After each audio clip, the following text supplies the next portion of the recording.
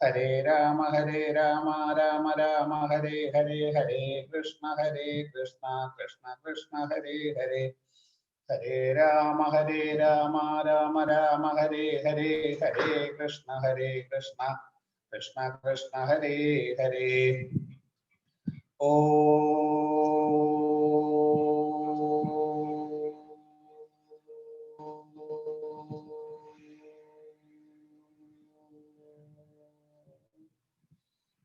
ഗുരുർബ്രഹ്മാ ഗുരുർവിഷ്ണു ഗുരുർദേവോ മഹേശ്വര, ഗുരു സാക്ഷാത് പരം ബ്രഹ്മ തസ്മൈ ശ്രീ ഗുരവേ നമഃ. അജ്ഞാനതിമിരാന്തസ്യ ജ്ഞാനാഞ്ജനശലാകയാ ചക്ഷുരുന്മീലിതം യേന തസ്മൈ ശ്രീ ഗുരവേ നമഃ. മാനാതീതഗുണാകര സുമനസാമഗ്രേസര ശ്രീപതി ധ്യാനാവസ്ഥിതമാനസപരിണത പ്രജ്ഞപ്രകൃഷ്ടാശയ നാനാശാസ്ത്ര വിശാരദ പ്രണിപതൽ ഭക്തപ്രജൈരാവൃത ജ്ഞാനാനന്ദയതീശ്വരോ വിജയതേ സൗജന്യരത്നാകര. മൂകം കരോതി വാചാലം പങ്കും ലംഘയതേ ഗിരിം യത്കൃപാതമഹം വന്ദേ ബാലകൃഷ്ണം പരം ഗുരും. വാഗീശാദ്യാസു മനസാം സർവാർത്ഥാനാമുപക്രമേയം നത്വാ കൃതകൃത്യാസ്യുസ്തം നമാമി ഗജാനനം. ദോർഭിർയുക്താ ചതുർഭിർസ്ഫടികമണിമയീയക്ഷമാലാം ദദാനാം ഹസ്തേനൈകേന പദ്മം സിതമപി ച ശുകം പുസ്തകം ചാപരേണ. ഭാസാ കുന്ദേന്ദുശംഖസ്ഫടികമണിനിഭാ ഭാസമാനാ സമാന സാമേ വാഗ്ദേവതേയം നിവസതു വദനെ സർവദാ സുപ്രസന്ന. ശിവം ശിവകരം ശാന്തം ശിവാത്മാനം ശിവോത്തമം ശിവമാർഗപ്രണേതാരം പ്രണതോസ്മി സദാശിവം. സർവമംഗളമംഗല്യേ ശിവേ സർവാർത്ഥസാധികേ ശരണ്യേ ത്രംബകേ ഗൗരി നാരായണി നമോസ്തുതേ. പീതാംബരം കരവിരാജിത ശംഖചക്രകൗമോദഗീ സരസിജം കരുണാസമുദ്രം രാധാസഹായമതിസുന്ദരമന്ദഹാസം പാതാലയേശമനിശം ഹൃദി ഭാവയാമി. കൃഷ്ണായ വാസുദേവായ ദേവകീ നന്ദനായ നന്ദഗോപകുമാരായ ഗോവിന്ദായ നമോ നമഃ. കൃഷ്ണായ വാസുദേവായ ഹരേ പരമാത്മനെ പ്രണതക്ലേശനാശായ ഗോവിന്ദായ നമോ നമഃ. സച്ചിദാനന്ദരൂപായ വിശ്വോൽപത്യാദിഹേതവേ താപത്രയ വിനാശായ ശ്രീകൃഷ്ണായ വയം നമഃ. ഓം ജന്മാദ്യസ്യ യതോന്വയാലിതരതച്ചാത്വേഷഭിജ്ഞസ്വരാട്ടേനേ ബ്രഹ്മഹൃദായ ആദികവയേ മുഹ്യന്തി യത്സൂരയ തേജോവാരിമുദാ യഥാ വിനിമയോ യത്ര സർഗോ മൃഷ ധാമനാസ്വേന സദാ നിരസ്തകുഹകം സത്യം പരം ധീമഹി. ധർമ്മ പ്രോജ്ജിതകൈതവോത്ര പരമോ നിർമ്മത്സരാണാം സദാം വേദ്യം വാസ്തവമത്ര വസ്തുശിവദം താപത്രയോന്മൂലനം. ശ്രീമദ്ഭാഗവതേ മഹാമുനികൃതേ കിം വാ പരൈരീശ്വര സത്യോ ഹൃദ്യവരുദ്ധ്യതേത്ര കൃതിഭിः ശുശ്രൂഷുഭിः തൽക്ഷണാൽ. നിഗമകൽപതരോർഗളിതം ഫലം ശുഖമുഖാദമൃതദ്രവസംയുതം പിബത ഭാഗവതം രസമാലയം മുഹുരഹോ രസികാ ഭുവി ഭാവുകാഃ. നാരായണം നമസ്കൃത്യ നരം ചൈവ നരോത്തമം ദേവീം സരസ്വതീം വ്യാസം തതോ ജയമുദീരയ. യം പ്രവ്രജന്തമനുപേതമപേതകൃത്യം ദ്വൈപായനോ വിരഹ കാതര ആജുഹാവാ പുത്രേതി തന്മയതയാതരവോപിനേതുസ്തം സർവഭൂതഹൃദയം മുനിമാനതോസ്മി. യസ്വാനുഭാവം അഖിലശ്രുതിസാരമേകമധ്യാത്മദീപമതിദിദീഷതാം തമോന്ധം സംസാരിണാം കരുണയാക പുരാണഗുഹ്യം തം വ്യാസസൂനമുപയാമി ഗുരും മുനീനാം. മൂകം കരോതി വാചാലം പങ്കും ലംഘയതേ ഗിരിം യത്കൃപാതമഹം വന്ദേ പരമാനന്ദമാധവം. യം ബ്രഹ്മാ വരുണേന്ദ്ര രുദ്രമരുതസ്തുന്വന്തി ദിവ്യൈസ്തവൈർവേദൈः സംഘവതക്രമോപനിഷദൈർഗായന്തി യം സാമഗാം. ധ്യാനാവസ്ഥിതദ്ഗതേന മനസാ പശ്യന്തി യം യോഗിനോ യസ്യാന്തം വിദുസുരഗണാ ദേവായ തസ്മൈ നമഃ. കോമളം കൂജയൻ വേണം ശ്യാമളോയം കുമാരകഃ വേദവേദ്യം പരം ജന്മ ഭാസതം പുരതോ മമ. ഭൂതൈർമഹദ്ഭിര്യൈമാ പുരോ വിഭുർനിർമായ ചേതേതമോഷു പുരുഷ മുക്തേ ഗുണാൻ ഷോഡശ ഷോഡശാത്മക സോലംകൃഷ്ട ഭഗവാൻ ഭജാംസി മേ. ഓം നമോ ഭഗവതേ വാസുദേവായ. ശ്രീ ഗുരുവായൂരപ്പാ ശരണം. ഹര ഹര നമ പാർവതീപതേ. ഹര ഹര മഹാദേവ. ശ്രീകൃഷ്ണായ നമോ നമഃ. നമ്മള് സജ്ജനങ്ങൾക്കൊക്കെ നമസ്കാരം. കഴിഞ്ഞ ദിവസം വിതുരന്റെ തീർത്ഥാടനത്തെ കുറിച്ചാണ് ഇവിടെ ചോദിച്ചത്. എന്താണ് വിതുരര് തീർത്ഥാടനത്തിന് പോകാനുണ്ടായിട്ടുള്ള കാരണം? അത് ആ ഭാഗം മുഴുവിപ്പിക്കാൻ പറ്റിയില്ല നെറ്റിന്റെ പ്രശ്നം കൊണ്ട്. അപ്പൊ അത് ആ കഥ പറഞ്ഞു കൊടുക്കുകയാണ്. ഇവിടെ പാണ്ഡവന്മാരെ ചൂത് കളിക്കാൻ വിളിച്ച് അവരുടെ സർവസ്വം അപഹരിച്ച് കാട്ടിലേക്ക് അയച്ചു. 12 കൊല്ലത്തെ വനവാസവും 1 കൊല്ലത്തെ അജ്ഞാതവാസവും കഴിഞ്ഞു വന്നാൽ നിങ്ങൾക്ക് അവകാശപ്പെട്ട പാതിരാജ്യം തരാം എന്ന വ്യവസ്ഥ. പാണ്ഡവന്മാര് 13 കൊല്ലം കഴിഞ്ഞ ശേഷം അജ്ഞാതവാസവും വനവാസവും ഒക്കെ അവസാനിപ്പിച്ച് തിരിച്ചു വന്നു. പക്ഷേ പാണ്ഡവന്മാർക്ക് അവകാശപ്പെട്ട പാതിരാജ്യം കൊടുക്കാൻ കൗരവന്മാര് കൂട്ടാക്കിയില്ല. അപ്പോഴാണ് ഭഗവാൻ തന്നെ പാണ്ഡവന്മാരുടെ ദൂതനായിട്ട് ഹസ്തിനാപുരം കൊട്ടാരത്തിലേക്ക് വരിക. ധൃതരാഷ്ട്ര മഹാരാജാവിനോട് കാര്യങ്ങളൊക്കെ യുക്തിയുക്തം പറഞ്ഞ് മനസ്സിലാക്കുന്നുണ്ട് ഭഗവാൻ. അപ്പൊ ധൃതരാഷ്ട്ര കാര്യങ്ങളൊക്കെ തീരുമാനിക്കുന്നത് ദുര്യോധനാണെന്നും പറഞ്ഞ് കൈയൊഴിയ. അങ്ങനെ ഭഗവാൻ ദുര്യോധന്റെ സഭയിലേക്ക് ചെന്ന് സഭാവാസികൾ കേൾക്കെ പാണ്ഡവന്മാർക്ക് പാതിരാജ്യം കൊടുക്കേണ്ട ആവശ്യകതയെക്കുറിച്ച് യുക്തിയുക്തം പറഞ്ഞ് മനസ്സിലാക്കി കൊടുത്തു. പക്ഷെ ദുര്യോധനൻ പറഞ്ഞു ഒന്നുകൊണ്ടും പാതിരാജ്യം കൊടുക്കുന്ന പ്രശ്നമില്ല. പിന്നെ ധർമ്മപുത്രരുടെ ആ നിർദ്ദേശത്തിനനുസരിച്ച് ശ്രീകൃഷ്ണ ഭഗവാൻ എത്രത്തോളം താഴ്ന്നു സംസാരിക്കാൻ പറ്റുമോ അത്രത്തോളം താഴ്ന്നു സംസാരിക്കുന്നുണ്ട്. 5 ദേശങ്ങൾ കൊടുക്കാൻ പറഞ്ഞു, കൊടുക്കില്ല എന്നാണ്. എന്നാൽ 5 വീട് കൊടുക്കാനാ പിന്നെ പറയണത്, അതും കൊടുക്കില്ല എന്നാണ്. എന്നാൽ 5 പേർക്കും കൂടെ 1 വീട് കൊടുക്കൂ എന്നാണ്. അപ്പൊ എന്താ പറഞ്ഞത്? സൂചകനായ നിന്റെ വാക്കുകൾ കേൾക്കും തോറും സൂചിതൻ മുന കൊണ്ടു കുത്തുവാനുള്ള നിലം കൊടുക്കില്ല എന്ന് തീർത്ത് പറഞ്ഞു. അപ്പൊ ഭഗവാൻ പറഞ്ഞു എന്നാ നമുക്കിനി യുദ്ധക്കളത്തിൽ വെച്ച് കാണാമെന്നും പറഞ്ഞ് അവിടുന്ന് തെറ്റിയിട്ട് നേരെ ചെന്നത് വിതുരന്റെ വീട്ടിലേക്കാണ്. അന്ന് അവിടെ അതിഥിയായിട്ട് താമസിച്ചു എന്നാണ്. ഇതറിഞ്ഞ ധൃതരാഷ്ട്ര മഹാരാജാവിന് തന്റെ മക്കളുടെ ഭാവിയെ കുറിച്ച് ഓർത്ത് അദ്ദേഹത്തിന് രാത്രി ഉറക്കം തന്നെ ഇല്ലാത്തൊരവസ്ഥ വരികയാണ്. അപ്പോഴാണ് വിതുരനെ ആളയച്ചു വരുത്തുന്നത്. വിതുരനെ ആളയച്ചു വരുത്തി വിതുരനോട് ചോദിച്ചു, ഭഗവാൻ ഇവിടുന്ന് തെറ്റിയിട്ടാണ് പോയിരിക്കുന്നത്, എന്റെ മക്കളെ കുറിച്ച് ഓർക്കുമ്പോൾ എനിക്ക് വല്ലാത്ത വിഷമുണ്ട്, ഞാൻ എന്താണ് ചെയ്യേണ്ടത് എന്നാണ്. അപ്പോഴാ ആ സമയത്ത് ആ രാത്രി ധാർമ്മികനായിട്ടുള്ളൊരു വ്യക്തി എന്തെല്ലാം കാര്യത്തെക്കുറിച്ച് മനസ്സിലാക്കണോ അത് മുഴുവൻ അവിടെ വെച്ച് ഉപദേശിച്ചു. അതാണ് മഹാഭാരതത്തിലെ പ്രസിദ്ധമായിട്ടുള്ള വിതുരനീതി. നേരം പുലർന്നു. അപ്പോഴാണ് പറഞ്ഞത് ഇനി ഒറ്റ വഴിയേ ഉള്ളൂ. എന്താ വഴി എന്നാണെങ്കിൽ അങ്ങയുടെ മൂത്ത പുത്രനുണ്ടല്ലോ, ആ മൂത്ത പുത്രനായിട്ടുള്ള ദുര്യോധനെ പിടിച്ച് പുറത്താക്കുക കൊട്ടാരത്തിൽ നിന്ന്. എങ്കിൽ ബാക്കി 99 എണ്ണത്തിനെയും വംശത്തെയും രക്ഷിക്കാൻ പറ്റുന്നതാണ്. തെജാശൈവം കുലകൗശലായ കുലത്തിന്റെ അമംഗള സ്വരൂപിയായിട്ട് ദുര്യോധനെ പിടിച്ച് പുറത്താക്കൂ എന്നാണ് പറയുന്നത്. നമ്മുടെ ഉന്നമനത്തെ കരുതിയിട്ട് ശ്രീകൃഷ്ണ ഭഗവാൻ പറഞ്ഞ വാക്കുകളെ പോലും അനാദരിച്ചവനാണ് അവൻ. അതുകൊണ്ട് അവനെ പിടിച്ച് പുറത്താക്കൂന്ന്. ഇത് കേട്ടുകൊണ്ടാണ് അച്ഛനെ നമസ്കരിക്കാനായിട്ട് ദുര്യോധനൻ, ശകുനി, അതുപോലെ തന്നെ ദുശാസനം തുടങ്ങിയിട്ടുള്ള ആളുകളുമായിട്ട് കയറി വരികയാണ്. അപ്പോഴാണ് തന്റെ അച്ഛന്റെ മുമ്പിൽ ഇരുന്ന് തന്റെ ഇളയച്ഛൻ തന്നെ പിടിച്ച് പുറത്താക്കൂ എന്ന് പറയണത്. ഇത് കേട്ടില്ല, അടിമുടി കോപം കൊണ്ട് വിറച്ചു ദുര്യോധനൻ എന്നാണ്. ഉണ്ട ചോറിന് നന്ദിയില്ലാത്ത ആളാണ് ഈ വിതുരൻ. എന്റെ ഭക്ഷണവും കഴിച്ചിട്ട് എന്റെ ശത്രുക്കൾക്ക് അനുകൂലമായിട്ടാണ് ഇവൻ പ്രവർത്തിക്കുന്നത്. അതുകൊണ്ട് ഇവനെ കൊന്നൂന്ന് വരുത്തരുത്. പിന്നെന്ത് വേണം? അത്രയും ദേഹോപദ്രവം ഏൽപ്പിച്ചിട്ട് ഈ കൊട്ടാരത്തിന് പിടിച്ച് പുറത്താക്കൂ എന്നാണ്.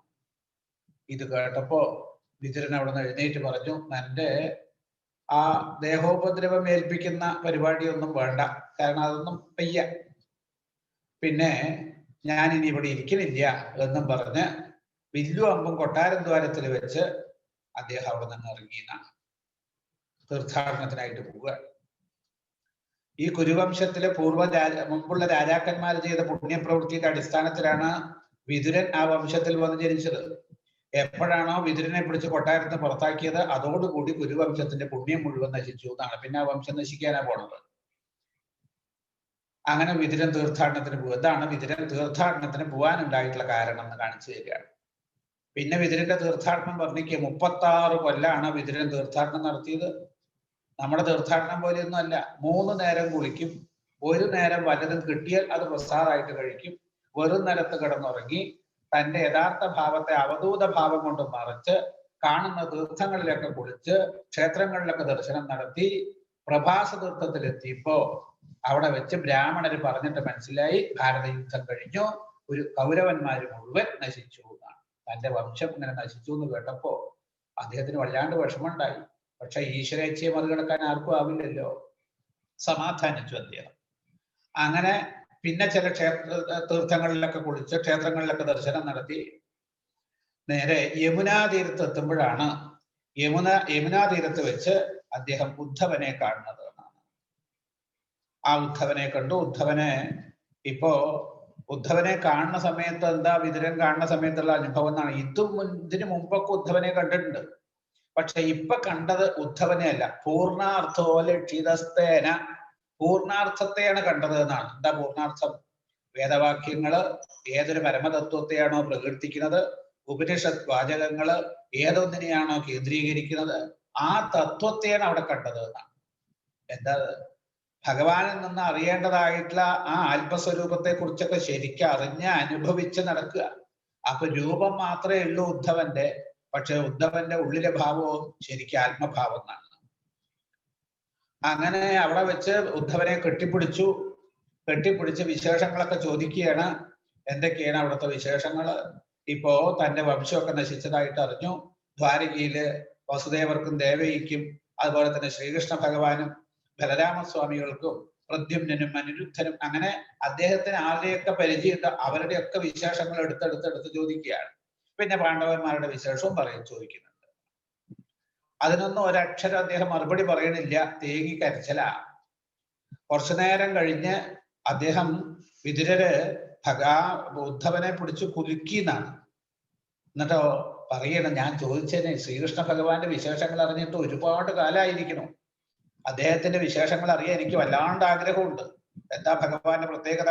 തസ്യ പ്രപന്നാഖില ലോകപാനാം അവസ്ഥിതാനാം അനുശാസനേസ്വേ അർത്ഥായ ജാതസ്യ യദുഷ്ടജസ്യ വാർത്താം സഖേ കീർത്തയ തീർത്ഥകീർത്തേ. എന്താ ഇവിടെ പറയുകയാണ്, തന്നെ ശരണം പ്രാപിച്ച ലോകപാലകന്മാരെയും തന്റെ ഉപദേശമാകുന്ന ധർമ്മത്തെ ആചരിക്കുന്ന സജ്ജനങ്ങളെയും രക്ഷിക്കാനായിട്ടാണ് ജനനമില്ലാത്തവനായിട്ടുള്ള ഭഗവാൻ യദുവംശത്തിൽ അവതരിച്ചത്. കേൾക്കുന്നവരുടെ പാപം നശിപ്പിച്ച് അവരെ ശുദ്ധീകരിക്കുന്ന കീർത്തിയോട് കൂടിയിട്ടുള്ള ശ്രീകൃഷ്ണ ഭഗവാന്റെ ആ ലീലകളെ അങ്ങ് എനിക്ക് വർണ്ണിച്ചു കേൾപ്പിക്കൂ എന്നും പറഞ്ഞു പിടിച്ചു കുലുക്കുക. കുറച്ചു നേരം ഒന്നും മിണ്ടിയില്ല. അതിനുശേഷം ആ തന്റെ ആത്മഭാവത്തിൽ നിന്നൊക്കെ ഇറങ്ങി മനുഷ്യലോകത്തേക്ക് വരിക ഉദ്ധവൻ. ഇപ്പൊ ഉദ്ധവൻ നടക്കുന്നുണ്ടെന്ന് മാത്രമേ ഉള്ളൂ, അദ്ദേഹം പരമഭാവത്തിലാണ്. അങ്ങനെ അദ്ദേഹം ആ അതായത് മനുഷ്യലോകത്തിലേക്ക് ഇറങ്ങി വന്നു, അല്ലെങ്കിൽ മനസ്സിനെയൊക്കെ നിയന്ത്രിച്ച ആത്മഭാവത്തിൽ നിന്ന് ഇറങ്ങി. പിന്നെ അദ്ദേഹം ചോദിച്ചതിന് ഉത്തരവൊക്കെ പറയുകയാണ്. എന്താ പറഞ്ഞത്? അതായത് ശ്രീകൃഷ്ണനാകുന്ന സൂര്യൻ അസ്തമിച്ചു, യാദവന്മാരെ കാലമാകുന്ന സർപ്പം പിടിച്ചു വിഴുങ്ങി. ഇനി അവരുടെ വിശേഷം ചോദിച്ചാൽ ഞാൻ എന്താ പറയുക? ഈ യാദവന്മാര് പൊതുവെ ഭാഗ്യമില്ലാത്ത മനുഷ്യന്മാര്, പൊതുവെ പ്രത്യേകിച്ച് യാദവന്മാര്, അവര് ശ്രീകൃഷ്ണ ഭഗവാനെ വേണ്ട രീതിയിൽ മനസ്സിലാക്കിയില്ല. ഞാൻ ഭഗവാനെ ആശ്രയിച്ചപ്പോ എനിക്ക് കിട്ടേണ്ടത് കിട്ടി, മറ്റുള്ള യാദവന്മാർക്ക് കിട്ടിയില്ലല്ലോ. അതാണ് ഈ യാദവന്മാര് അഹങ്കാരികളാ. അവര് കൃഷ്ണനെ വേണ്ട വിധത്തിൽ ബുദ്ധി ഇല്ലാണ്ടെന്നല്ല, പക്ഷെ വേണ്ട വിധത്തിൽ മനസ്സിലാക്കി. അവർ ഐശ്വര്യത്തിൽ ഭ്രമിച്ചു, ഭഗവാനെ വിട്ടു. അതാണ് അവർക്ക് പറ്റിയ അബദ്ധം. ഇവിടെ ഉദ്ധവൻ കരയുകയാണ്. എന്താ അത്? എനിക്ക് കിട്ടേണ്ടത് കിട്ടി, പക്ഷെ യാദവന്മാർക്ക് അത് കിട്ടിയില്ലല്ലോ എന്നാണ്. പിന്നെ അവിടെ വെച്ച് പറയുകയാണ് അദ്ദേഹം, അതെ ഭഗവാൻ ആ മനുഷ്യരൂപം സ്വീകരിച്ച് ആ അവതാരമൊക്കെ സ്വീകരിച്ച് ഇവിടെ ശ്രീകൃഷ്ണനായിട്ട് ഭൂമിയിൽ വന്നു. ആ ഭഗവാന്റെ യോഗമായ പ്രഭാവം കൊണ്ട് സ്വീകരിച്ചതാണ് ഈ ശ്രീകൃഷ്ണ സ്വരൂപം. ആ ശ്രീകൃഷ്ണ സ്വരൂപം ഭഗവാനെ പോലും ആശ്ചര്യപ്പെടുത്തുന്നതാണ്. ഭഗവാന്റെ ആ സൗന്ദര്യം ആഭരണങ്ങൾക്ക് പോലും അതായത് അലങ്കാരമാണ് ഭഗവാന്റെ ശരീരം എന്നാ പറയുന്നത്. നമ്മളൊക്കെ ആഭരണം ധരിക്കുന്നത് നമുക്ക് ഭംഗിയുണ്ടാവാൻ വേണ്ടിയിട്ടാണ്. പക്ഷെ ഭഗവാൻ ആഭരണം ധരിക്കുന്നത് ആഭരണങ്ങൾക്ക് ഭംഗിയാണ്. ഭഗവാന്റെ ശരീരത്തിൽ ആഭരണങ്ങൾ കിടക്കുമ്പോൾ ആഭരണങ്ങൾക്ക് ഒരു പ്രത്യേക ഭംഗിയുണ്ട്. അതാണ് പരമ്പദം ഭൂഷണാംഗം. ഭഗവാൻ ഇടയ്ക്ക് കണ്ണാടി നോക്കൂത്രേ, എന്നിട്ടോ ആശ്ചര്യപ്പെടുന്നതാണ്. എന്താ ആശ്ചര്യം? തനിക്ക് ഇത്രത്തോളം സൗന്ദര്യം എന്ന് വിചാരിച്ചിട്ട് എന്നാണ്. അങ്ങനെ ഭഗവാൻ, ജനനമില്ലാത്തവനായിട്ടുള്ള ഭഗവാന്റെ വസുദേവന്റെ ഗൃഹത്തിൽ ജനിച്ചതായിട്ടുള്ള അഭിനയം, പിന്നെ ശത്രുക്കളെ ഭയപ്പെട്ടിട്ട് ഗോകുലത്തിൽ ചെന്ന് ഒളിച്ചു താമസിച്ചത്, ആ ഗോകുലത്തിൽ വന്ന കംസനയച്ച ആ അസുരന്മാരെ മുഴുവൻ കൊന്ന കാര്യങ്ങള്, ഇതൊക്കെ അവിടെ വെച്ച് അനുസ്മരിക്കുന്നുണ്ട് എന്നാണ്. അത് കഴിഞ്ഞ് പിന്നെ തിരിച്ച് മധുരയിലേക്ക് വന്ന് കംസനെയൊക്കെ കൊന്ന് അച്ഛനമ്മമാരെ ജയിലിൽ നിന്ന് മോചിപ്പിച്ച് അവരുടെ കാക്കൽ വീണ് നമസ്കരിച്ച് പറഞ്ഞ വാക്കുകളെ കുറിച്ച് ഓർക്കുമ്പോ എന്റെ മനസ്സ് വല്ലാണ്ട് നൊന്തു പോണൂന്നാ പറയണത്. രാജസൂയ യാഗത്തിൽ വെച്ച് ചീത്ത വിളിച്ച് ശിശുപാലന് പോലും മുക്കുതി കൊടുത്തു അല്ലെ, കൊല്ലാനായിട്ട് വന്നതാണ് പൂതന. ആ പൂതനയ്ക്ക് പോലും മോക്ഷമാണ് അമ്മമാർക്ക് കൊടുത്ത് അനുഗ്രഹിക്കുന്ന പരമഗതിയാണ് കൊടുത്തത്. അങ്ങനെയുള്ള ഭഗവാന്റെ ഭാവങ്ങള് എങ്ങനെയാ ഞാൻ വർണ്ണിച്ച് പറഞ്ഞു തരിക? പിന്നെ ആ പൂതന മുതൽ വ്യോമാസുരൻ വരെയുള്ള അസുരന്മാരെ കൊന്ന കാര്യങ്ങളൊക്കെ പിന്നെ മധുരയിൽ വന്ന് ആ ഗുരുകുല വിദ്യ, കംസനെ കൊന്ന ശേഷം ഗുരുകുല വിദ്യാഭ്യാസമൊക്കെ ചെയ്ത് മരിച്ച ഗുരുപുത്രനെ ദക്ഷിണയായിട്ട് കൊടുത്ത് രുക്മിണ്യാദി ദേവിമാരെയൊക്കെ വിവാഹം കഴിച്ച് പിന്നെ നരകാസുരന്റെ കൊട്ടാരത്തിൽ താമസിച്ചതായിട്ടുള്ള 16,000 കന്യകമാരെയും വിവാഹം കഴിച്ചു. അത് കഴിഞ്ഞ് പിന്നെ ഭഗവാൻ ചില ആളുകളെ നേരിട്ട്, ചില ആളുകളെ ഭീമനെ കൊണ്ടും അതുപോലെ തന്നെ മുജുകുന്ദനെ കൊണ്ടും ഒക്കെ നിഗ്രഹിപ്പിച്ചു. ഭാരത യുദ്ധത്തിലൂടെ 18 അക്ഷൗണി സൈന്യത്തെ നശിപ്പിച്ചിട്ടും ഭൂമിയുടെ ഭാരം തീർന്നിട്ടില്ല. യാദവന്മാര് ഭൂമിക്ക് ഭാരഭൂതന്മാരായിട്ട് തീരും. അവരെ കൂടെ നശിപ്പിച്ചിട്ട് വേണം തന്റെ ശരീരം, അതായത് സ്വധാമത്തിലേക്ക് എഴുന്നള്ളാൻ എന്ന് പറഞ്ഞിട്ട് യുധിഷ്ഠിരനെ ചക്രവർത്തിയായിട്ട് അഭിഷേകം നടത്തി ഉത്തരയുടെ ഗർഭത്തെ രക്ഷിച്ചു. 3 അശ്വമേധയാഗങ്ങൾ നടത്തിച്ചു. അത് കഴിഞ്ഞ് പിന്നെ ധാർമ്മികനായിട്ടൊരു ഗൃഹസ്ഥൻ ഏത് തരത്തിലാണ് ജീവിതം നയിക്കേണ്ടത് എന്ന് തന്റെ ആചരണത്തിലൂടെ ലോകത്തിന് കാണിച്ചു കൊടുത്തു എന്നാണ്. ഇപ്പോ ഈ തരത്തില്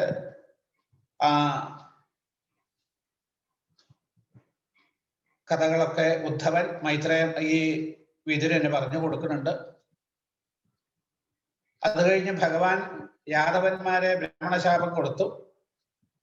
ഏകദേശം കാര്യങ്ങളൊക്കെ പൂർത്തിയായി എന്ന് കണ്ടപ്പോ പ്രഭാസതീർത്ഥക്കരയില് അവർക്കൊരു ബ്രാഹ്മണ ശാപം കിട്ടുകയാണ്. യാദവന്മാർക്ക് സാമ്പൻ ഇരുമ്പുലയ്ക്ക് പ്രസവിക്കുമെന്നും ആ ഇരുമ്പുലയ്ക്ക് കൊണ്ട് വംശം നശിക്കുമെന്നാണ് ശാപം. ശാപം ഭരിക്കാറായ സമയത്ത് യാദവന്മാരെ മുഴുവൻ പ്രഭാസതീർത്ഥത്തിലെത്തി. അവിടെ വെച്ച് മദ്യം കഴിച്ച് ബോധം ചെയ്യാണ്ട് തമ്മിൽ തല്ലിയിട്ട് ഒക്കെ നശിക്കുകയാണ്. പഞ്ചാവശേഷിത 4ഓ 5ഓ യാദവന്മാരെ അവശേഷിച്ചുള്ളൂ എന്നാണ്.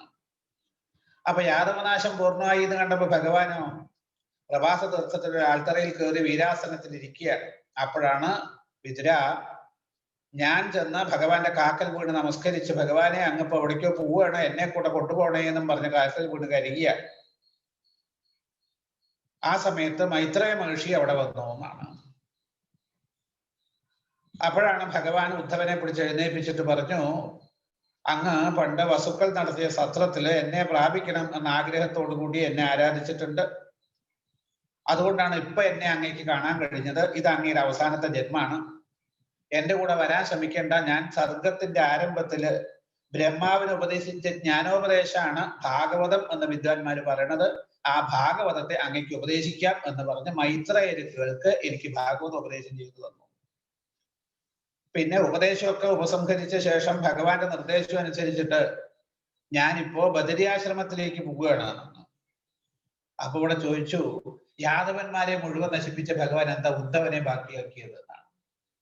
അപ്പൊ അവിടെ മറുപടി എന്താ പറഞ്ഞത്?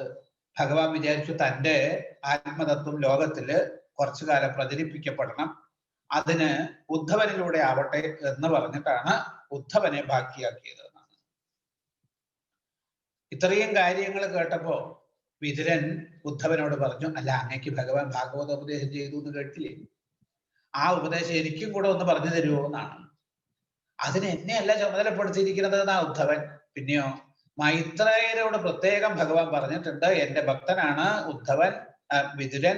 തീർത്ഥാടന കാലത്ത് അങ്ങയെ കാണാൻ വരും, അങ്ങ് ഈ ഉപദേശം വിതുരന് പറഞ്ഞു കൊടുക്കണം കേട്ടോ എന്ന് പ്രത്യേകം പറഞ്ഞ് ഏൽപ്പിച്ചിട്ടാണ് പോയത്. നോക്കൂ ഭഗവാന്റെ കാരുണ്യം. നമ്മളൊക്കെ മരിക്കുന്ന സമയത്ത് ഭഗവാനെ ഓർത്ത് മരിച്ച മുക്തിയാണ്. ആ ഭഗവാനാണ് താൻ ശരീരം ഉപേക്ഷിക്കുന്ന സമയത്ത് തന്റെ ഭക്തനെ ഓർത്ത് ഭക്തന് ജ്ഞാനോപദേശം ചെയ്യാൻ ഒരു ഗുരുനാഥനെ ഏർപ്പാട് ചെയ്തിട്ട് പോണത്. ഭഗവാന്റെ കാരുണ്യത്തെ കുറിച്ച് ഓർത്ത ഉദ്ധവന് വിതുരന് സഹിക്കാൻ കഴിഞ്ഞില്ല. ധനധാരിയായിട്ട് കണ്ണീരൊഴുക്കി അവിടെ വെച്ച്. പിന്നെ അന്ന് രാത്രി മുഴുവൻ പരസ്പരം ഭഗവാന്റെ വിശേഷങ്ങൾ പറഞ്ഞ് ഉറങ്ങാണ്ട് കഴിച്ചു കൂട്ടിയതാണ്. പിറ്റേന്ന് രാവിലെ കുളിയും സന്ധ്യാവന്ദനങ്ങളൊക്കെ കഴിഞ്ഞ് ഉദ്ധവൻ നേരെ ബദരിയാശ്രമത്തിലേക്കും വിതുരൻ നേരെ ഗംഗാതീരത്തുള്ള മൈത്രേയുടെ ആശ്രമത്തിലും എത്തി. അവിടെ വെച്ച് മൈത്രേയരോട് ചോദിക്കുകയാണ് കുറച്ച് കാര്യങ്ങള്. അവിടെ സൃഷ്ടിയെ കുറിച്ചാണ് ചോദിക്കുന്നത്. അവിടെ വെച്ച് അതൊക്കെ വിശദമായിട്ട് പറഞ്ഞു കൊടുക്കുന്നുണ്ട്. ഒറ്റ കാര്യമാണ് ആദ്യം ഈ അതായത് വിതുരൻ അദ്ദേഹത്തോട്, അതായത് മൈത്രേയ മഹർഷിയോട് ചോദിക്കുന്നത്. സുഖായ കർമാണി കരോതി ലോകോ നദൈ സുഖം വാഞ്ഞിതു പാരമംബ വിന്ദേത ഭൂയസ്തത ഏവ ദുഃഖം യഥത്ര യുക്തം ഭഗവൻ വദേന. ഈ ലോകത്തിലെ ആളുകൾക്ക് സുഖം കിട്ടാൻ വേണ്ടിയിട്ടും ദുഃഖം ഇല്ലാതിരിക്കാൻ വേണ്ടിയിട്ടുമാണ് ആ കർമ്മം ചെയ്യുന്നത്. പക്ഷെ കർമ്മം ചെയ്യുന്നതോറും അവർക്ക് ദുഃഖം വർദ്ധിച്ച് വർദ്ധിച്ച് വരണോ, സുഖം കിട്ടണമില്ലല്ലോ. എന്താ അതിന് കാരണം? ഇത് കേട്ടപ്പോഴാണ് ആ ഉപദേശം അവിടെ ഭഗവാന്റെ മഹാത്മ്യങ്ങളൊക്കെ പറഞ്ഞു കൊടുത്ത് അവസാനം പറഞ്ഞു, കർമ്മം കൊണ്ട് ഒരിക്കലും സുഖം കിട്ടില്ല. ഭക്തിജ്ഞാന വൈരാഗ്യങ്ങളെ വളർത്തി ആത്മസ്വരൂപത്തെ അറിഞ്ഞ് പ്രാപിക്കലാണ് യഥാർത്ഥ സുഖത്തിനുള്ള മാർഗം. അപ്പൊ അതിൽ ആദ്യം ഉണ്ടാവേണ്ടത് ഭക്തിയാണെന്ന് പറഞ്ഞിട്ടാണ് ആ ഉപദേശത്തില് സൃഷ്ടിയെ പറ്റിയും ആ വിരാട്ടിൽ നിന്ന് ലോകം ഉണ്ടായതിനെ കുറിച്ചും ഒക്കെ വിസ്തരിച്ച് പറഞ്ഞു കൊടുത്തത്. അങ്ങനെയാണ് തൃതീയ സ്കന്ധം. ഇപ്പോ മൈത്രേയ മഹർഷിയിൽ നിന്ന് ആത്മതത്വത്തെ ഒക്കെ ഗ്രഹിക്കാൻ കഴിഞ്ഞ വിതുരൻ ഭഗവാന്റെ പാതാരബിന്ദങ്ങളെ ശരിക്കും ഹൃദയത്തിൽ ഉറപ്പിച്ച് ഗുരുനാഥന്റെ കാക്കൽ വീണ് നമസ്കരിച്ച് ആ ഉപദേശവും സ്വീകരിച്ച ശേഷം പിന്നെ തന്റെ ബന്ധുക്കളെ കാണാനായിട്ട് ഹസ്തിനാപുരം കൊട്ടാരത്തിലേക്ക് പോയി എന്ന് പറഞ്ഞിട്ടാണ് തൃതീയ സ്കന്ധം അവിടെ അവസാനിക്കുന്നത്. അതില് ഈ സൃഷ്ടിയെ കുറിച്ച് പറയുമ്പോൾ വരാഹാവതാരം, ആ വരാഹാവതാര കാലത്ത് സ്വയംഭൂമനു ബ്രഹ്മാവിന്റെ സൃഷ്ടി, അതിൽ ബ്രഹ്മാവ് പല ശരീരങ്ങളെയും സൃഷ്ടിച്ചു. അതൊക്കെ പറയുകയാണെന്ന് വെച്ചാൽ ഒരുപാടുണ്ട്. ആദ്യം വൃക്ഷലതാദികളെ, അത് കഴിഞ്ഞ് പിന്നെ തിര്യക്കുകളെ, അത് കഴിഞ്ഞിട്ടാണ് പിന്നെ മനുഷ്യനെ ദേവഗണങ്ങളെയൊക്കെ സൃഷ്ടിക്കുന്നത്. ബ്രഹ്മാവിനെ സൃഷ്ടി വിപുലമാകണില്ല എന്ന് കണ്ടപ്പോൾ എന്ത് ചെയ്തു ബ്രഹ്മാവ്? തന്റെ ശരീരത്തെ തന്നെ രണ്ടാക്കി, വലത് ഭാഗം ഒരു പുരുഷനും ഇടത് ഭാഗം സ്ത്രീയും. ഇതാണ് ആദ്യത്തെ മനുഷ്യമിഥുനങ്ങള്. സ്വയംഭൂമനു ശതരൂപ. ഇവർക്ക് 5 മക്കളുണ്ടായി. 3 പെൺകുട്ടികളും 2 ആൺകുട്ടികളും. ആകൂതി, ദേവഹൂതി, പ്രസൂതി, പ്രിയവ്രതൻ, ഉത്താനപാതൻ, 5 പേര്. അതില് ഈ സ്വയംഭൂമനുവിന്റെ വംശത്തിലൂടെയാണ് പ്രപഞ്ചത്തിൽ ധാരാളം ജീവജാലങ്ങളൊക്കെ ഉണ്ടായത് എന്ന് പറഞ്ഞിട്ടാണ്.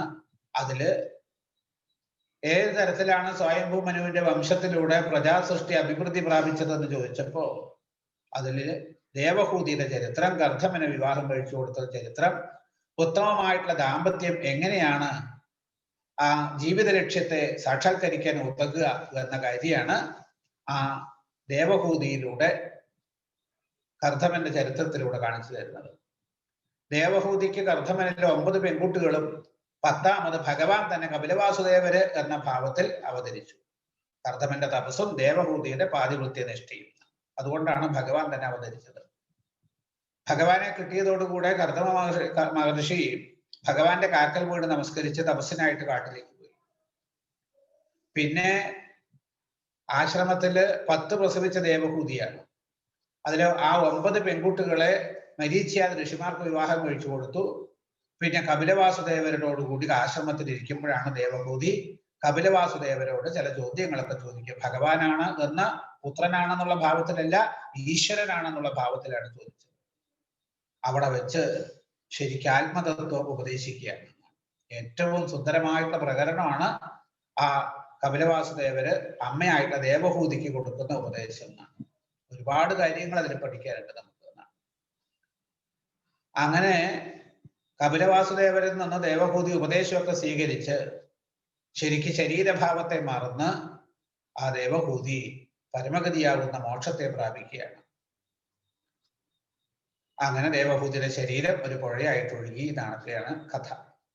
കപിലവാസുദേവരാണെങ്കിൽ വടക്ക് കിഴക്കേ ദിക്കിൽ ഈശാനകോടിലേക്ക് ചെന്ന് വരുണന്റെ ആതിഥ്യം സ്വീകരിച്ച് ഇപ്പോഴും അവിടെ ധ്യാനനിഷ്ഠനായിട്ടിരിക്കണമെന്നും പറഞ്ഞിട്ടാണ് തൃതീയ സ്കന്ധത്തെ അവസാനിപ്പിക്കുക. അത് കഴിഞ്ഞ് ഇനി അടുത്ത ചതുർത്ഥ സ്കന്ധം വിസർഗ പൗരുഷസ്മൃത. വിസർഗം എന്ന വിഷയം എന്നാണ്. എങ്ങനെയാണ് പുരുഷ സൃഷ്ടിയിലൂടെ അല്ലെങ്കിൽ മനുഷ്യജന്മം നമുക്ക് ഇവിടെ കിട്ടിക്കഴിഞ്ഞാൽ ആ മനുഷ്യജന്മത്തിന്റെ ആത്യന്തികമായിട്ടുള്ള ലക്ഷ്യം എന്ത് എന്ന് കാണിച്ചു തരാനാണ് ഈ 4ാമത്തെ സ്കന്ധം. 4 പുരുഷാർത്ഥങ്ങളാണ്: ധർമ്മം, അർത്ഥം, കാമം, മോക്ഷം. ഈ 4 പുരുഷാർത്ഥങ്ങളെ ഓരോ പ്രകരണത്തിലൂടെ വർണ്ണിക്കുകയാണ്. പുരുഷാർത്ഥ ചതുഷ്ടയമാണ് ഈ ചതുർത്ഥ സ്കന്ധം എന്നാണ്. അതിൽ ദക്ഷയാഗത്തിലൂടെ ധർമ്മപ്രകരണത്തെയും, ധ്രുവന്റെ ചരിത്രത്തിലൂടെ അർത്ഥപ്രകരണത്തെയും, പൃഥുചരിത്രത്തിലൂടെ കാമപ്രകരണത്തെയും, പിന്നെ പുരഞ്ജനോപാഖ്യാനത്തിലൂടെ മോക്ഷം. ഇതാണ് അവസ്ഥ. അങ്ങനെയാണ് ആ പുരഞ്ജനോപാഖ്യാനത്തില് മോക്ഷം എന്ന അവസ്ഥയില് പുരഞ്ജനന് കൊടുത്ത ശേഷം പിന്നെ പ്രജേതസ്സുകൾക്ക് മുക്തിയും കൊടുത്തിട്ടാണ് ആ 4ാമത്തെ ആ സ്കന്ധം വിതുരമൈത്രേയ സംവാദം അവിടെ വെച്ച് അവസാനിക്കുന്നത്. ഇനി പ്രിയവ്രതന്റെ ചരിത്രം പറയാമെന്നും പറഞ്ഞാണ് 5മസ്കന്ധത്തിൽ സ്ഥാനം എന്ന ലക്ഷണത്തെ അവതരിപ്പിച്ച് സ്ഥിതി വൈകുണ്ഠ വിജയം എന്നാണ്. നമ്മളൊക്കെ ദുഃഖമില്ലാത്ത അവസ്ഥയെ പ്രാപിക്കണം എന്നാണ് നമ്മുടെയൊക്കെ മോഹം. അതിനെന്താ വഴി? അതായത് ശരിക്കും നമ്മൾ ആരാണെന്ന് മനസ്സിലാക്കുക. ഭഗവാൻ താൻ സൃഷ്ടിച്ചതായിട്ടുള്ള ലോകത്തില് ഓരോ ഇടത്തിലുള്ള ഭക്തന്മാർക്ക് ആ ഓരോ തരത്തിലുള്ള ഭാവത്തില് അവരെ അനുഗ്രഹിച്ച് എങ്ങനെയാണ് മര്യാദാ പരിപാലനം നടത്തുന്നത് എന്ന് കാണിച്ചു തരികയാണ്. ഈ അവിടെ കുറച്ച് ജോഗ്രഫിയ നോക്കൂ. ഈ 3യ സ്കന്ധത്തില് ഇന്നത്തെ ഭാഷയിൽ പറയുകയാണെന്ന് വെച്ചാൽ ബോട്ടണിയും സുവോളജിയും ഒക്കെ പറയുന്നുണ്ട്. ഇനി കുറച്ച് ഭൂമിശാസ്ത്രമാണ് പറയാൻ പോകുക. ആദ്യം പ്രിയവ്രതന്റെ വംശം, അതില് പ്രിയവ്രതൻ അദ്ദേഹത്തിന്റെ വിവാഹം, പിന്നെ അതില് ഋഷഭദേവന്റെ അവതാരം, പിന്നെ അതില് ഭരതന്റെ ചരിത്രം. ഋഷഭൻ തന്റെ 100 മക്കളെ ഉപദേശിച്ച് മക്കൾക്കും പ്രജകൾക്കും കൊടുക്കുന്ന ഋഷഭോപദേശം വളരെ കാര്യമായിട്ടുള്ള പ്രകരണങ്ങളാണ്. അത് കഴിഞ്ഞ് പിന്നെ ഭരതന്റെ ചരിത്രമാണ്.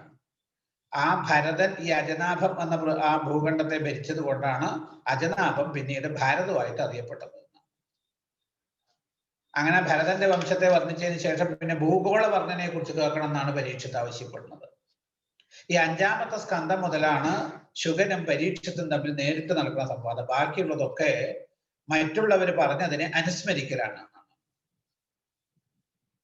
അങ്ങനെ ഭൂഗോളത്തെ കുറിച്ചുള്ള സ്ഥിതി നോക്കൂ. ഭൂമി ഉരുണ്ടതാണ് എന്ന് 5000 കൊല്ലം മുമ്പ് ശ്രീപരീക്ഷത്തിന് ഗംഗാതീരത്ത് വെച്ച് ഭാഗവതം ഉപദേശിക്കുന്ന സമയത്ത് ശ്രീപരീക്ഷത്ത് മനസ്സിലാക്കിയിട്ട് അതുകൊണ്ടാണ് ഭൂഗോളത്തെ കുറിച്ച് കേൾക്കണം എന്ന് ശുഗമഹർഷിയോട് ആവശ്യപ്പെട്ടത്. അപ്പൊ അത് കാര്യങ്ങളൊന്നും മനസ്സിലാക്കാണ്ടാണ് നമ്മൾ ഈ കണ്ടുപിടിച്ചതൊക്കെ സായിപ്പന്മാരാണെന്നും പറഞ്ഞ് നമ്മൾ പറഞ്ഞുകൊണ്ട് നടക്കുന്നത്. ശാസ്ത്രത്തിൽ പറയുന്നുണ്ട് ഇതാണ് പരീക്ഷത്ത് ഭാഗവതം ഉപദേശിക്കുമ്പോൾ മനസ്സിലാക്കിയിട്ടുണ്ട് ഭൂഗോള സ്ഥിതി, ആ ഭൂമി ഗോളാകൃതിയാണെന്നുള്ളത്.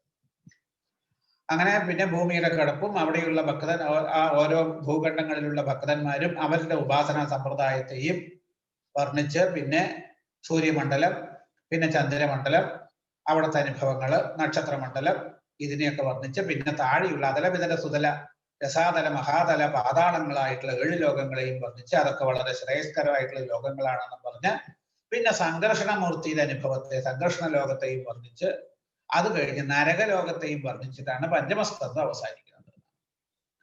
അത് കഴിഞ്ഞ് 6ഠസ്കന്ധത്തിൽ പോഷണം എന്ന ഭഗവാന്റെ ലീല, പോഷണം തത് അനുഗ്രഹ, ഏതൊക്കെ രീതിയിലാണ് ഭഗവാൻ തന്റെ ഭക്തന്മാരെ പോഷിപ്പിക്കുന്നത്. ഒരു നിത്യ നരകം എന്നുള്ളത് നമ്മളെ സംബന്ധിച്ചില്ല. പിന്നെയോ നമ്മള് അധർമ്മം ചെയ്തിട്ടുണ്ടെങ്കിൽ അതിന്റെ ഫലം അനുഭവിക്കണം.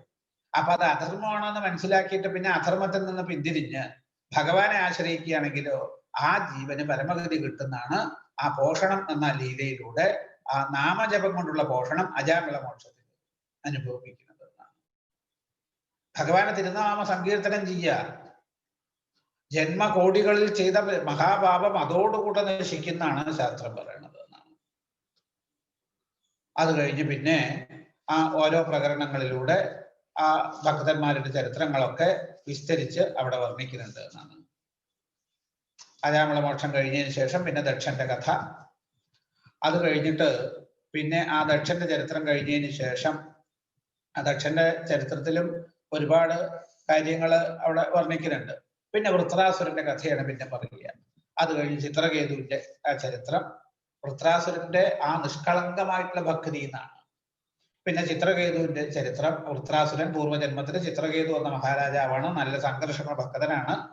അതുകൊണ്ടാണ് അദ്ദേഹം അസുര ശരീരത്തിൽ ഇരുന്നു കൊണ്ടും ഇന്ദ്രനെ ഒരു പരമഭാഗവതനെ പോലെ ഉപദേശിച്ചതെന്നും പറഞ്ഞിട്ടാണ് ചിത്രകേതുവിന്റെ ചരിത്രം പറയുന്നത്.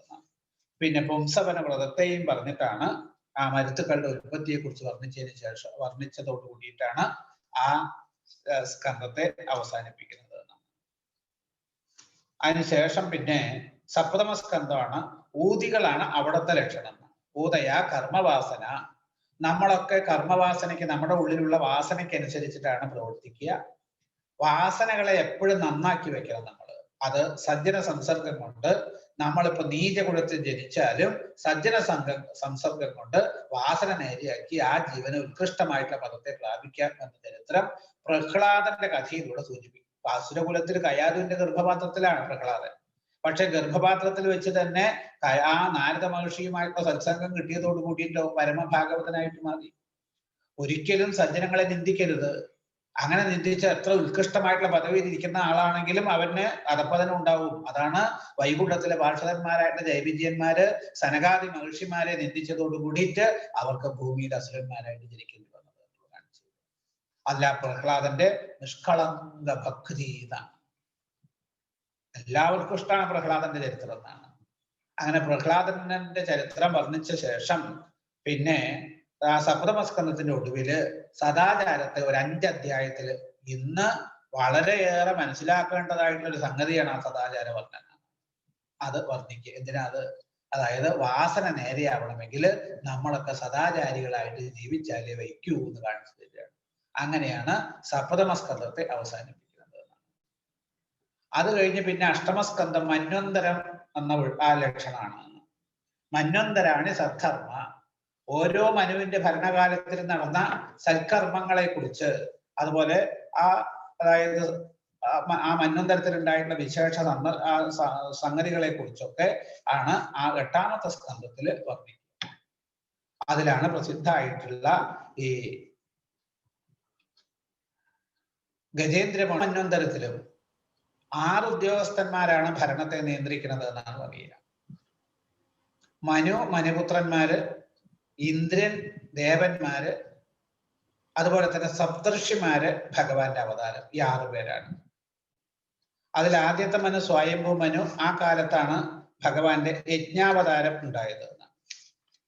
അത് കഴിഞ്ഞ് പിന്നെ 2ാമത്തെ മനു, അദ്ദേഹം ആ സൗരോജിഷനാണ്. ആ കാലത്താണ് ഭഗവാന്റെ വിഭു എന്ന പേരുള്ള അവതാരം. 3ാമത്തെ ഉത്തമ മനു. ആ ഉത്തമ മന്വന്തരത്തിലാണ് ഭഗവാന്റെ സത്യസേനൻ എന്ന പേരുള്ള അവതാരം. 4ാമത്തെ മനു താമസനാണ്. ആ താമസ മന്വന്തരത്തിലാണ് ഭഗവാൻ ഹരിയായിട്ട് അവതരിച്ചത്. ഈ ഹരിയാണ് ആ വെള്ളത്തിൽ മുങ്ങി പോയ ആ മുതലയുടെ കുടിയിൽപ്പെട്ട ആർത്തനായിട്ടുള്ള ഗജേന്ദ്രനെ അനുഗ്രഹിച്ചത് എന്ന് പറഞ്ഞിട്ടാണ് ഗജേന്ദ്ര മോക്ഷം അറിയിക്കുന്നത്. ഒരാനയായിട്ടാണ് ജനിച്ചത് എങ്കിലും ശരീരം കിട്ടിയത് എങ്കിലും ഇന്ദ്രദ്യുമ്നൻ എന്ന പാണ്ഡ്യരാജാവാണ് ഒരു ശാപം കൊണ്ട് ആനയായിട്ട് തീർന്നതാണ്. ആ പൂർവജന്മ സ്മരണ കൊണ്ട് അദ്ദേഹത്തിന് ആപത്ത് വന്ന സമയത്ത് ഭഗവാന് ഹരിസ്മരണം എന്ന സദ്ധർമ്മം, ആ ഹരിസ്മരണത്തിലൂടെ ആനയാകുന്ന ഗജേന്ദ്രന് കിട്ടിയിട്ടുള്ള ഉത്കൃഷ്ടമായിട്ടുള്ള അനുഭവത്തെ വർണ്ണിക്കുകയാണ്. അത് കഴിഞ്ഞ ശേഷം പിന്നെ ആ 5ാമത്തെ മനു രൈവതനാണ്. ആ രൈവത മന്വന്തരത്തിലാണ് ഭഗവാന്റെ വൈകുണ്ഠാവതാരം ഉണ്ടാവുന്നത്. 6ാമത്തെ മനു ചാക്ഷുഷൻ. ആ ചാക്ഷുഷ മന്വന്തരത്തിലാണ് ഭഗവാൻ അജിതനായിട്ട് അവതരിച്ച് ദേവന്മാരും അസുരന്മാരും ചേർന്ന് പാലാഴി കഴിയുന്ന സമയത്ത് കൂർമ്മസ്വരൂപത്തിൽ മന്ദരപർവ്വത്തെ ഉയർത്തി നിർത്തിയതും ദേവന്മാർക്ക് അമൃത് നേടിക്കൊടുത്തതും ഈ അജിതൻ എന്ന പേരായിട്ടുള്ള ഭഗവാനാണ്. അപ്പൊ അത് കേൾക്കണം എന്ന് പറഞ്ഞപ്പോഴാണ് പിന്നെ പാലാഴി മദനം ചരിത്രം. അതിൽ ഒരുപാട് സംഗതികൾ വർണ്ണിക്കുന്നുണ്ട്. അതില് പാലാഴി മദന കാലത്ത് ഭഗവാന്റെ പല അവതാരങ്ങൾ, ലക്ഷ്മി ദേവിയുടെ ആവിർഭാവം, അതുപോലെ തന്നെ ഭഗവാന്റെ മറ്റ് അവതാരങ്ങളെ കുറിച്ചൊക്കെ, അതായത് പാലാഴിയിൽ നിന്ന് ധന്വന്തരിയായിട്ട് അവതരിച്ചതും പിന്നെ മറ്റു കാര്യങ്ങളൊക്കെ അവിടെ വർണ്ണിക്കുന്നുണ്ട്. അങ്ങനെ പാലാഴിയിൽ നിന്ന് അമൃതൊക്കെ കിട്ടി ഭഗവാന്റെ അനുഗ്രഹം കൊണ്ട് ആ അമൃത് ധന്വന്തരി മൂർത്തി അമൃത കലശായിട്ട് വന്ന സമയത്ത് അസുരന്മാർ തട്ടിക്കൊണ്ടുപോയി ഭഗവാൻ ഒരു മോഹിനി വേഷം സ്വീകരിച്ചിട്ട് അസുരന്മാരെ മോഹിപ്പിച്ച് ആ ദേവന്മാർക്ക് അമൃത് തിരിച്ചെടുത്തു കൊടുക്കുകയും ചെയ്തു. അങ്ങനെ ദേവന്മാരെ അനുഗ്രഹിക്കുകയാണ്. പിന്നെ ദേവാസുര യുദ്ധം ഉണ്ടായി. അതിൽ ദേവന്മാരെ അസുരന്മാരെ മുഴുവൻ ജയിക്കുകയും ചെയ്തു. അത് കഴിഞ്ഞതിന് ശേഷം പിന്നെ ആ വാമനാവതാരത്തിലേക്കാണ് പിന്നെ കടക്കുന്നത്. വൈവസ്വത മന്വന്തരം അതാണ് 7ാമത്തെ മന്വന്തരം, ഇപ്പൊ സംഭവിച്ചുകൊണ്ടിരിക്കുന്ന, ഇപ്പൊ നടക്കുന്ന മന്വന്തരാണ്. ഈ മന്വന്തരത്തിലാണ് ഭഗവാന്റെ വാമനാവതാരം എന്ന രീതി ഉണ്ടായത്. അപ്പോഴാണ് അവിടെ വെച്ച് പരീക്ഷിത്ത് വാമനാവതാരത്തെ കുറിച്ച് എനിക്ക് ചില സംശയങ്ങളൊക്കെ ഉണ്ട്, അത് തീർത്തു തരണം എന്ന് പറയുമ്പോൾ ആ ഭഗവാന്റെ വാമനാവതാരത്തെ കുറിച്ച് പറയും. പ്രതിജ്ഞാപൂർത്തി എന്ന സത്കർമ്മമാണ് ഈ വാമനാവതാരത്തിലൂടെ ചെയ്യുന്നത്. പിന്നെ അമൃതമതനത്തിലൂടെ ദാനം എന്ന സൽക്കർമ്മമാണ് ചെയ്യുന്നത് എന്നാണ്. അങ്ങനെ ഈ സൽക്കർമ്മങ്ങളെ കുറിച്ചാണല്ലോ 8ാമത്തെ സ്കന്ധത്തിൽ പറയുക. അങ്ങനെ അവിടെ വെച്ച് വാമനാവതാരത്തെ കുറിച്ച് പറഞ്ഞ് മഹാബലിയുടെ ഉത്കൃഷ്ടമായിട്ടുള്ള ഭക്തിയും ആ ഭാവത്തെയൊക്കെ ശരിയായിട്ട് ഇവിടെ വർണ്ണിക്കുകയാണ്. അതിനുശേഷം പിന്നെ ആ വാമനാവതാരം മഹാബലിക്ക് പരമഗതി സുതലവാസം കൊടുത്തതിന് ശേഷം പിന്നെ മത്സ്യാവതാരത്തെ കുറിച്ച് വർണ്ണിച്ചു. സത്യവ്രതനെ അനുഗ്രഹിച്ചു. മത്സ്യമൂർത്തിയുടെ അനുഗ്രഹം കൊണ്ട് സത്യവ്രതൻ ഈ മന്വന്തരത്തിന് മനുവായിട്ട് തീർന്നു. അടുത്ത മന്വന്തരത്തില് ഈ മഹാബലി ഇന്ദ്രനായിട്ടും മാറും എന്ന് പറയുന്നത് സാവർണി മന്വന്തരത്തിൽ എന്ന് പറഞ്ഞിട്ടാണ് ആ കഥ അവസാനിപ്പിക്കുന്നത്. അത് കഴിഞ്ഞ് പിന്നെ നവമസ്കന്ധാണ്. നവമസ്കന്ധത്തിൽ ഈശാന കഥ എന്നുള്ളതാണ് ലക്ഷണം. ഈശന്മാരുടെ കഥകള് ഈശന്മാരെന്ന് വെച്ച രാജാക്കന്മാര് എന്നാണ്. സൂര്യവംശ രാജാക്കന്മാരും ചന്ദ്രവംശ രാജാക്കന്മാരും എന്നാണ്. അതിൽ ആദ്യം സൂര്യവംശ രാജാക്കന്മാര് അവരുടെ ചരിത്രവും പറയുക. എന്തിനാണ് സൂര്യവംശ രാജാക്കന്മാരുടെ ചരിത്രം പറയുന്നത്? ശരീരബോധത്തെ അതിവർത്തിക്കാനാണ്. ശ്രീരാമചന്ദ്രന്റെ കഥയിലാണ് വന്ന് അവസാനിപ്പിക്കുക. ശരീരബോധം ഇല്ലാണ്ടാവണം. അത് കഴിഞ്ഞ് പിന്നെ ചന്ദ്രവംശത്തിലെ കഥ പുരൂരവസന്റെ ചരിത്രത്തിലൂടെ തുടങ്ങുകയായി. ചന്ദ്രവംശത്തെ എന്തിനാ അവതരിപ്പിച്ചത്? മനസ്സിനെ ശുദ്ധാക്കാൻ. അങ്ങനെ ശരീരവും മനസ്സും ശുദ്ധമായി തീർന്നാലേ നമുക്ക് ശ്രീകൃഷ്ണനെ നമ്മുടെ ഉള്ളിൽ അവതരിപ്പിക്കാൻ പറ്റുള്ളൂ. അതിനു വേണ്ടിയിട്ടാണ് ആ കഥകളൊക്കെ പറയുന്നത്. ആ നവമസ്കന്ധത്തില് ആ ചന്ദ്രവംശ രാജാക്കന്മാരുടെ കഥ പറഞ്ഞ് ചന്ദ്രവംശത്തിന്റെ ഉപവംശമാണ് യദുവംശം എന്നാണ്. ആ യദുവംശത്തില് ഭഗവാൻ ശ്രീകൃഷ്ണനായിട്ട് അവതരിച്ച ചരിത്രം. ആ ശ്രീകൃഷ്ണാവതാരത്തെ കുറിച്ച് ഒരു 2-3 ശ്ലോകങ്ങളില് ആ നവമസ്കന്ധത്തിന്റെ ഒടുവിൽ വർണ്ണിച്ചു നിർത്തുകയാണ്. അപ്പോ 4 ദിവസമായി ശ്രീ പരീക്ഷത്ത് ശ്രീ ശുഖബ്രഹ്മർഷിയിൽ നിന്ന് ഭാഗവതോപദേശം ശ്രവിക്കാൻ തുടങ്ങിയിട്ട്. ആ ശ്രവിക്കുന്ന സമയത്തൊക്കെ എന്താ ശ്രീ പരീക്ഷത്തിന്റെ ചിന്ത? കൃഷ്ണന്റെ കഥ പറയും, ശ്രീകൃഷ്ണ ഭഗവാന്റെ കഥ പറയും. അത് വളരെ ശ്രദ്ധയോടും വിശ്വാസത്തോടും ഭക്തിയോടും കേൾക്കണം. എപ്പോഴാ അത് പറയുക എന്നും പറഞ്ഞ് അതിനെ തന്നെ പ്രതീക്ഷിച്ചു കൊണ്ടിരിക്കുന്ന ഔത്സുക്യത്തോടു കൂടിയിട്ട്. സാധാരണ എപ്പോഴും സപ്താഹ സദസ്സിലൊക്കെ ആദ്യത്തെ 1, 2, 3-ാമത്തെയും ദിവസങ്ങളിൽ വളരെ ആളുകൾ കുറവേ ഉണ്ടാവും. പക്ഷെ അവതാര ദിവസമായ ആളുകൾ തള്ളിക്കയറ്റുക. അപ്പൊ അന്ന് അവതാരമല്ലേ, അവതാരത്തിലൊന്ന് പോകണം എന്നുള്ള ഭാവത്തിൽ. ഇതന്നെ പരീക്ഷത്തിന്റെ ഈ അവസ്ഥ. അപ്പോഴാണ് ശുഖമഹർഷി ഒരു 2-3 ശ്ലോകങ്ങളില് ഭഗവാന്റെ അവതാരം മുതല് സ്വധാമഗമനം വരെയുള്ള കാര്യങ്ങളെ ചുരുക്കി വർണ്ണിച്ചിട്ട് ആ കഥ അവസാനിപ്പിക്കുകയാണ്. ഇത് കേട്ടപ്പോ ശ്രീ പരീക്ഷത്ത് അവിടെ വെച്ച് ആ ഭഗവാന്റെ കഥകളെ ഇങ്ങനെ ചുരുക്കി വർണ്ണിച്ചത് പോരാ, അത് വിസ്തരിച്ചെന്നെ പറയണം എന്ന് പറഞ്ഞ് ആ ശ്രീകൃഷ്ണ ഭഗവാന്റെ കഥകളെ വിസ്തരിച്ച് പറയാനായിട്ട് ആവശ്യപ്പെടുക. അപ്പോഴാണ് ഇനി ദശമസ്കന്ധം ആരംഭിക്കുന്നത്. അതാണ് നമ്മുടെ വിഷയം. ഈ 2-3 ദിവസം നമുക്ക് അതിന്റെ പ്രാരംഭത്തിന് വേണ്ടിയിട്ട് തന്നെ എടുത്തു. ഞാൻ ഇന്ന് കുറച്ചങ്ങ് ഓടി ദശമസ്കന്ധത്തിൽ എത്തിക്കണം എന്നുള്ള ഭാവത്തിലേക്ക് വന്നതാണ്. ആദ്യത്തെ കാര്യങ്ങളൊന്നും പറയാണ്ട് അവിടെ എത്തി അതിനൊരു പൂർണ്ണത കിട്ടില്ല. അതുകൊണ്ടാണ് ഈ 3 ദിവസം അതിനായിട്ട് ചെലവഴിച്ചത് എന്നാണ്. എന്താ ദശമത്തിലെ അത് ലക്ഷണം? നിരോധം എന്നാണ്. എന്താ നിരോധം എന്ന് വെച്ചാല്? നിരോധം എന്ന് വെച്ചാല് തടസ്സം എന്നാണ് അർത്ഥം. എന്തിനുള്ള തടസ്സം? ജീവന് ഈശ്വരനെ അറിയാനുള്ള തടസ്സം. എന്താ തടസ്സത്തിന്റെ കാരണം? അഹങ്കാരം. അതിനെ നീക്കലാണ്. അതായത് ഭഗവാന്റെ കഥകള് എല്ലാവർക്കും ഇഷ്ടമാണ്. എനിക്ക് ഈ സന്ദർഭത്തിൽ ഒരു കാര്യം ഓർമ്മ വരിക. ഞാൻ ആശ്രമത്തില് സ്വാമിജിയുടെ കൂടെ വായിക്കാനൊക്കെ പോണ കാലത്ത് ഒരു ദിവസം വായന കഴിഞ്ഞ് ഒരു വായനയ്ക്ക് പോവുക. അപ്പൊ ഞാൻ രാവിലെ തന്നെ അവിടെ ചെല്ലും. ഉച്ചയ്ക്കാണ് ശേഷമാണ് വായനയ്ക്ക് പോകേണ്ടത്. രാവിലെ തന്നെ അവിടെ ചെന്നു. അന്ന് ചെന്ന് സ്വാമിജിയുടെ മുറിയിലിരുന്ന് വർത്തമാനം പറഞ്ഞുകൊണ്ടിരിക്കുക ഞാനും സ്വാമിജിയെ. അപ്പോഴാണ് ഒരു 2-3 പേര് സ്വാമിജിയെ കാണാൻ വന്നത്.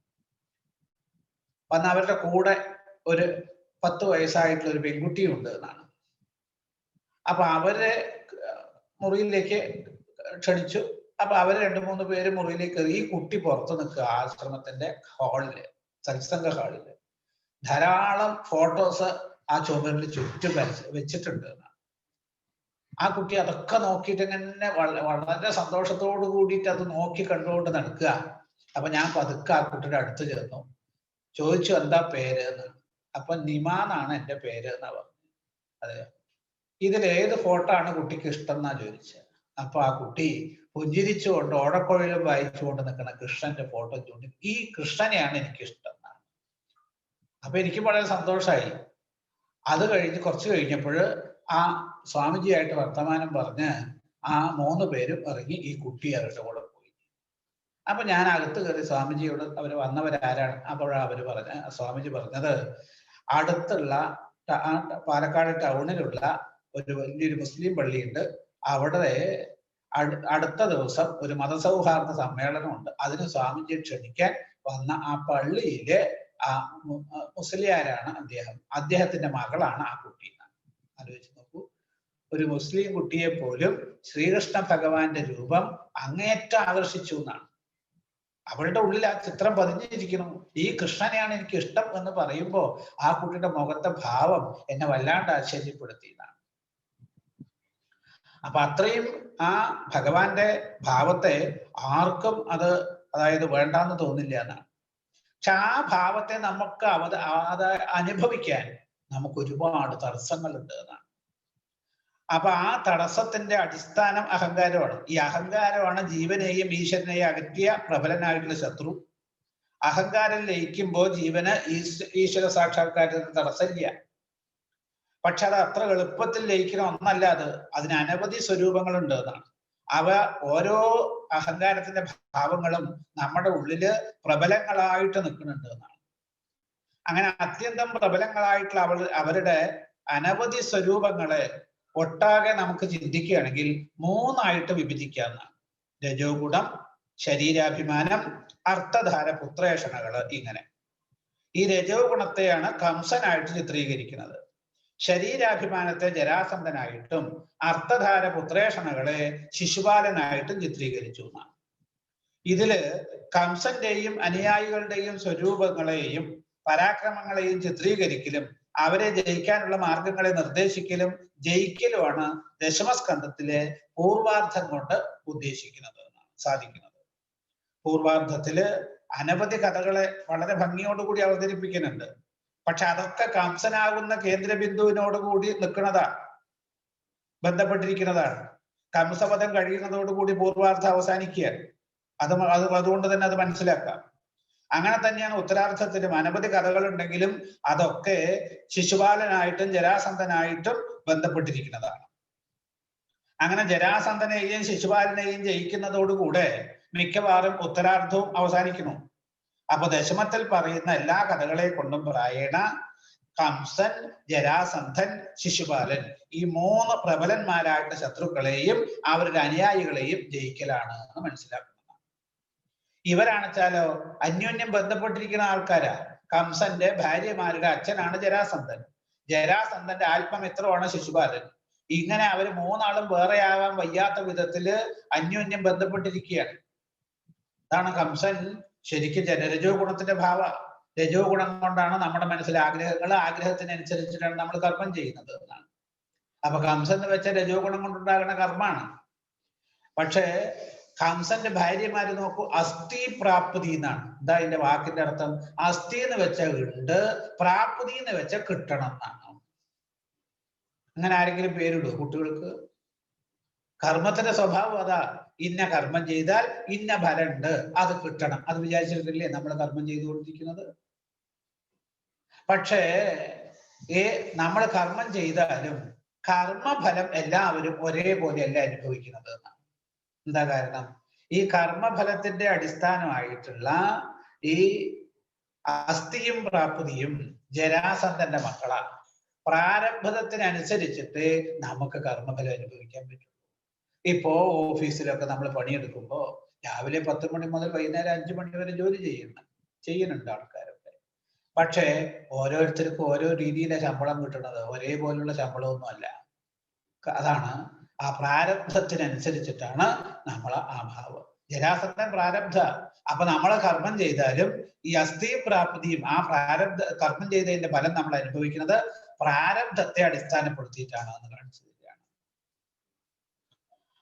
അപ്പൊ ഇതാണ് അഹങ്കാരമാകുന്ന ഒന്നിനെ തന്നെ മൂന്നാക്കി ചിത്രീകരിച്ച് കാണിച്ചു തന്നത്. അവയൊക്കെ ജയിച്ച് ഈശ്വര സാക്ഷാത്കാരത്തെ തടസ്സമില്ലാണ്ടാക്കി തീർക്കാനുള്ള മാർഗം നിർദ്ദേശം ചെയ്യലാണ് ദശമസ്കന്ധം കൊണ്ട് സാധിക്കുന്നത് എന്നാണ് മനസ്സിലാക്കേണ്ടത്. അപ്പൊ ശരീരാഭിമാനത്തെ രജോ ഗുണത്തെയാണ് കംസനായിട്ട് ചിത്രീകരിച്ചത്, ശരീരാഭിമാനത്തെ ജരാസന്ധനായിട്ട് ചിത്രീകരിച്ചു, അർത്ഥധാര പുത്രേഷണകളെ ശിശുപാലനായിട്ടും ചിത്രീകരിക്കുകയാണ്. രജോ ഗുണത്തിൽ നിന്നാണ് കാമയേഷ ക്രോധയേഷ രജോ ഗുണ സമുത്ഭവ എന്നാണ് ഗീതയിൽ. കാമം ക്രോധം തുടങ്ങിയിട്ട് അസംഖ്യം വികാരങ്ങൾ, അവ ഓരോന്നും ഈശ്വര സാക്ഷാത്കാരത്തിന് തടസ്സാണ്. അതുകൊണ്ട് അവയെ ആദ്യം ജയിക്കണം, എങ്കിലേ രജോ ഗുണത്തെ അറിയാനും അകറ്റാനും കഴിയുള്ളൂ. ഭക്തിയിലടക്കം ഉണ്ട് ഈ രജോ ഗുണം എന്നാണ്. അത് മറ്റുള്ളവർക്ക് ഉപദ്രവത്തെ ഉണ്ടാക്കുന്നതാണ്. അത് ഇല്ലാണ്ട് ആവണം എന്നാണ്. അതിനെ ആദ്യം ജയിക്കുക. പ്രസ്തുത വികാരങ്ങളെയാണ് കംസനിൽ നിന്ന് വരുന്ന പൂതന തുടങ്ങിയിട്ടുള്ള അസുരജനങ്ങളായിട്ട് ഇവിടെ ചിത്രീകരിച്ചിരിക്കുന്നത്. അവരൊക്കെ ഭഗവാനെ കൊല്ലാനുള്ള ഉദ്ദേശത്തിലാണ് വരുന്നത്. അവരെ മുഴുവൻ ജയിച്ച ശേഷമാണ് കംസനെ കാണാനും കൊല്ലാനും സാധിക്കുന്നത്. അപ്പോ അതെങ്ങനെ വർദ്ധിച്ചുകൊണ്ടിരിക്കുന്ന നമ്മുടെ ഉള്ളിലുള്ള ആ പ്രേമസ്വരൂപിണിയായിട്ടുള്ള ഭക്തി കൊണ്ട് മാത്രമേ ഇവയൊക്കെ ജയിക്കാൻ സാധിക്കുള്ളൂ എന്നാണ് ഓരോ കഥയിലും വ്യക്തമായിട്ട് ചിത്രീകരിച്ചിരിക്കുന്നത്. കംസവധം കഴിയുന്നതോടുകൂടെ അല്ലെങ്കിൽ പൂർവാർത്ഥം കഴിയുന്നതോടുകൂടെ ഭഗവാന്റെ ബാല്യ കൗമാര ദശകൾ കഴിഞ്ഞ് യൗവനത്തിലേക്ക് പ്രവേശിക്കുക. ഉത്തരാർത്ഥത്തിൽ യൗവനകാലത്തെ കഥകളെയാണ് വർണ്ണിക്കുക. ജ്ഞാനികള് ലൗകികന്മാരായിട്ടുള്ള മനുഷ്യന്മാരെ മുഴുവൻ ബാലന്മാര് എന്നാണ് പറയുക. അറിവില്ലാത്ത ആളുകളെ ഉദ്ദേശിച്ചിട്ടാണ് ബാലന്മാര് എന്ന് പറയുന്നത്. അപ്പോ ചാബല്യം നീങ്ങാത്ത ആളുകളാണ്. അതെന്താ?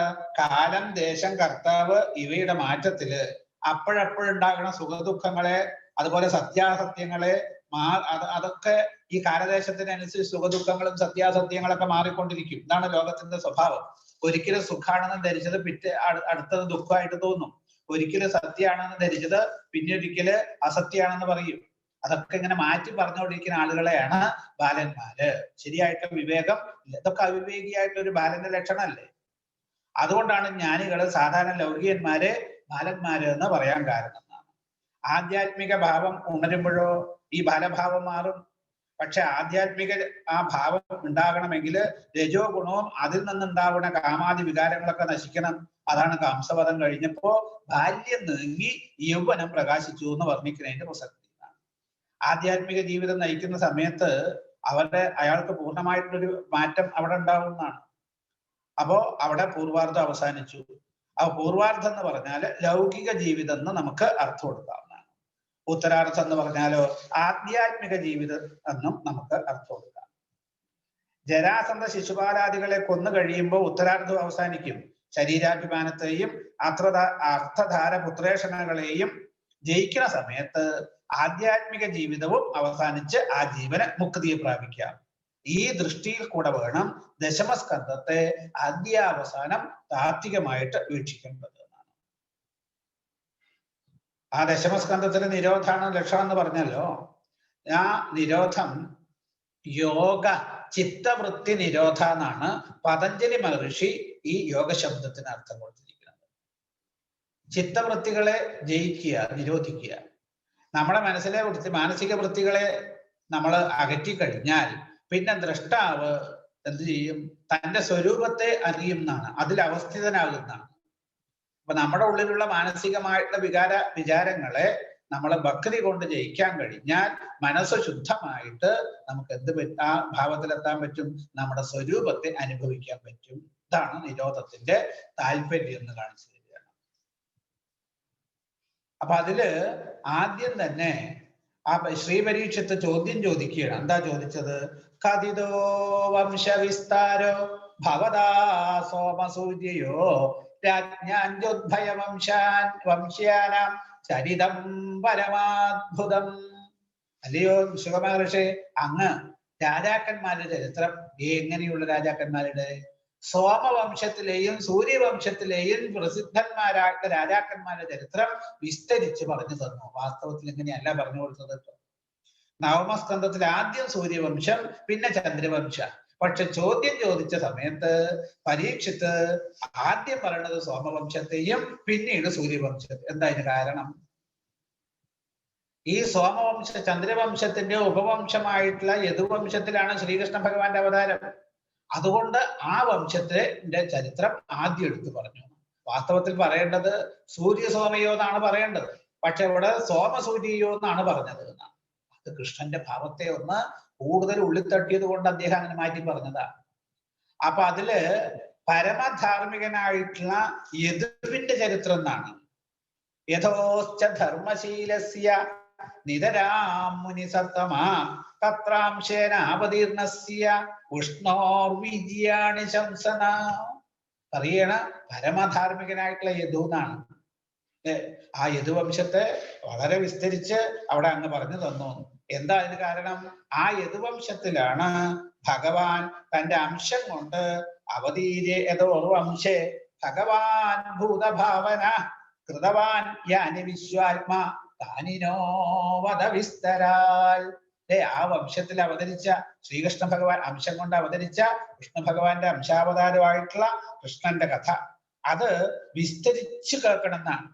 എന്താ കൃഷ്ണന്റെ കഥകളുടെ പ്രത്യേകത? അത് എത്ര കേട്ടാലും ആർക്കും മതിയാവില്ല അല്ലേ? ആ രൂപം ഒരിക്കൽ കണ്ണുകൊണ്ട് കാണാൻ കഴിഞ്ഞാൽ പിന്നെ അത് മറക്കില്ല. കാണുന്നവരുടെ കണ്ണിനും മനസ്സിനെയും ആനന്ദിപ്പിക്കുന്നതാണ്, കേൾക്കുന്നവരുടെ ചെവികളെ ആനന്ദിപ്പിക്കുന്നതാണ് കൃഷ്ണകഥകൾ. അപ്പൊ ആ രൂപത്തെ ഒരിക്കലും മറക്കാൻ കഴിയില്ല. കുഞ്ഞു കുട്ടികൾ മുതൽ വൃദ്ധന്മാര് വരെ ഭഗവാന്റെ കഥകളിൽ വളരെ ആകാംക്ഷയോടുകൂടി കേട്ടിരിക്കുന്നതാ ഭഗവാന്റെ കഥകൾ എന്നാണ്. ഇനി എന്താ ഭഗവാന്റെ കഥകളുടെ പ്രത്യേകത? നിവൃത്തതരുഷൈരുപഗീയമാനാൽ ഭവൌഷധാൽ ക്ഷോത്രമനോഭിരാമാൽ ഉത്തമ ശ്ലോക ഗുണാനുവാദാൽ പുമാൻ വിരജ്യേത വിനാപശുദ്ധിനാൽ. അതായത് സകലവിധ ആഗ്രഹങ്ങളെയും ഉപേക്ഷിച്ചവരായ ആ അങ്ങയെപ്പോലുള്ള പരമജ്ഞാനികൾ പോലും പാടിപ്പുകഴ്ത്തിക്കൊണ്ട് നടക്കണോ ഭഗവാന്റെ കഥകള്. നമുക്ക് വാസ്തവത്തില് ശുഗമഹർഷിയെ പോലുള്ള ആത്മാരാമന്മാര് പിന്നെ ഭഗവാന്റെ കഥ പാടേണ്ട ആവശ്യമൊന്നുമില്ല. പക്ഷെ അവർക്കടക്കം അത് പാടാണ്ട് വയ്യ. പിന്നെയോ ഭവൌഷധാൽ, ഭവരോഗത്തിന്, സംസാര രോഗത്തിന്, നമ്മളൊക്കെ സംസാരത്തിൽപ്പെട്ട സംസാരികളാ. നമുക്കൊക്കെ ഈ സംസാര രോഗത്തിൽ നിന്ന് രക്ഷപ്പെടാൻ പറ്റിയ ഒരു ഔഷധാണ് ഈ ഭഗവത് കഥകൾ. നോക്കൂ, പശുഹത്യ തുടങ്ങിയിട്ടുള്ള മഹാഭാവം ചെയ്യുന്ന ആളുകൾക്കല്ലാണ്ട് ഭഗവാന്റെ കഥകള് മതിയെന്ന് ആർക്കും തോന്നില്ല. ഉത്തമ ശ്ലോകനാണ് ഭഗവാൻ. പിന്നെ ആ ഭഗവാന്റെ കഥകള് എന്റെ മുത്തശ്ശന്മാരായിട്ടുള്ള പാണ്ഡവന്മാര് ആ ഭഗവാന്റെ മഹാത്മ്യത്തെ ശരിക്കും അനുഭവിച്ച കൂട്ടരാ അല്ലേ? പിതാമഹാമേ സമരേ അമരഞ്ജയേ ദേവവ്രതാദ്യാതിരഥൈസ്തിമിംഗിലൈ ദുരത്യയം ഗൗരവ സൈന്യസാഗരം കൃത്വാരൻ വത്സ പരസ്മയപ്ലവ. എന്റെ മുത്തശ്ശന്മാരായിട്ടുള്ള പാണ്ഡവന്മാര് ഭാരത യുദ്ധത്തിന് തയ്യാറായി കുരുക്ഷേത്ര യുദ്ധഭൂമിയിൽ എത്തിയ സമയത്ത് ആ കണ്ടതെന്താ? ദേവന്മാരെ പോലും ജയിക്കാൻ കഴിയുന്ന ഭീഷ്മര്, ദ്രോണര്, കർണൻ, ശല്യര്, കൃപര്, കൃതവർമാവ്, ജയദ്രഥൻ, ഭഗദത്തൻ, അശ്വത്ഥമാവ് തുടങ്ങിയിട്ടുള്ള തിമിംഗലങ്ങൾ നിറഞ്ഞ 11 അക്ഷൗണി സൈന്യം എന്നാണ്. എന്താ ഈ തിമിംഗലങ്ങൾ എന്ന് പറയാൻ കാരണം? ഈ തിമിംഗലത്തിന് ഒരു കുഴപ്പമുണ്ട്. തിമിംഗലം ഒരു സാധനത്തെ അങ്ങ് വിഴുങ്ങുക, ബാക്കി ഒന്നും വെക്കില്ല. മറ്റു ജന്തുക്കളൊക്കെ തിന്നാ അതിന്റെ എല്ലോ തോല്ലോ എന്തെങ്കിലും ബാക്കി ഉണ്ടാവും. ഇവിടെ അതൊന്നും ഉണ്ടാവും. ശരിക്കും വിഴുങ്ങാൻ പ്രാപ്തിയുള്ളവരാണ്. അപ്പൊ അങ്ങനെ തിമിംഗലങ്ങളെ പോലെയുള്ള ആ കേമന്മാരായിട്ടുള്ള യോദ്ധാക്കളെ നയിക്കുന്ന 11 അക്ഷൗണി സൈന്യ ഏതൊരു ഭഗവാന്റെ പാതാരവിന്ദങ്ങളെ ആശ്രയിച്ചത് കൊണ്ടാണോ അത്രയും വലിയ സൈന്യ സാഗരത്തെ ഒരു പശുക്കുട്ടിയുടെ കുളമ്പുചാലിലെ വെള്ളം പോലെ നിഷ്പ്രയാസം കടക്കാനായിക്കൊണ്ട് കഴിഞ്ഞത് ആ ഭഗവാന്റെ കഥകള് വിസ്തരിച്ച് പറയണം. അല്ല, ഈ ഭഗവാന്റെ കഥകൾ കേൾക്കാനേ പുണ്യം വേണമെന്നൊക്കെ പറയും. അത് ഞാൻ എന്നെ പോലെ പുണ്യം ചെയ്ത് വേറെ ആരാ ഉള്ളത് അല്ലേ? നമ്മളൊക്കെ ഇവിടെ വന്നിട്ടാണ് കൃഷ്ണനെ കാണാനും കൃഷ്ണന്റെ നാമം ജപിക്കാനൊക്കെ തുടങ്ങിയത്. ഇത് വരുന്നതിന് മുമ്പേ കൃഷ്ണനെ കണ്ട ആളാ അല്ലേ? എന്താ അതിന് കാരണം?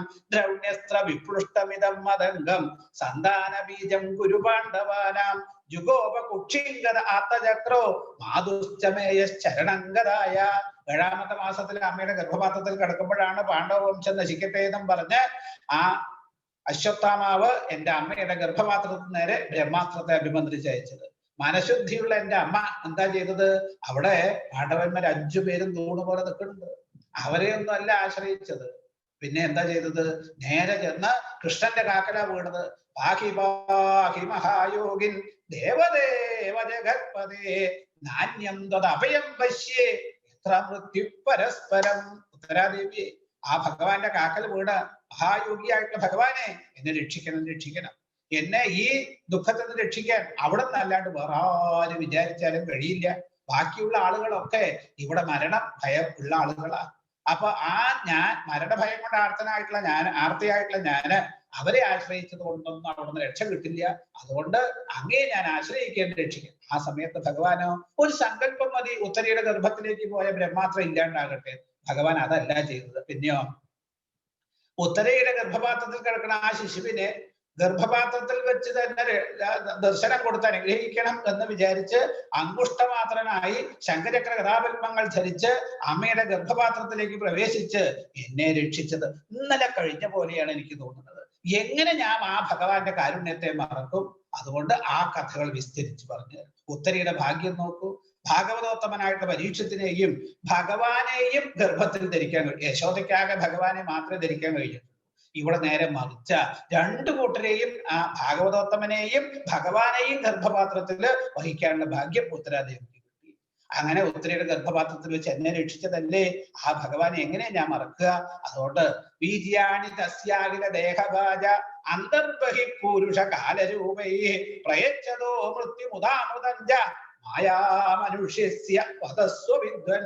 പുറമെ കാലസ്വരൂപനായി ജീവന്മാർക്ക് മരണഭയത്തെയും അകത്ത് ജീവഭാവത്തിൽ നിന്ന് മോക്ഷത്തെയും കൊടുക്കുന്ന മായാമനുഷ്യനായിട്ട് ഭഗവാന്റെ കഥകള് വിസ്തരിച്ച് പറയൂ. പിന്നെയും ചില ചോദ്യങ്ങളൊക്കെ ചോദിക്കുന്നുണ്ട്. ആ ചോദ്യങ്ങൾ നമുക്ക് അടുത്ത ദിവസം അനുസ്മരിക്കാം. ഇനിയിപ്പോ ഈ 2-3 ദിവസമായിട്ട് നടന്ന ആ സത്സംഗത്തില് എന്തെങ്കിലും സംശയങ്ങള് ഭക്തന്മാർക്ക് ഉണ്ടെങ്കിൽ അത് ചോദിക്കുക. അതിനുള്ള മറുപടി പറയാം.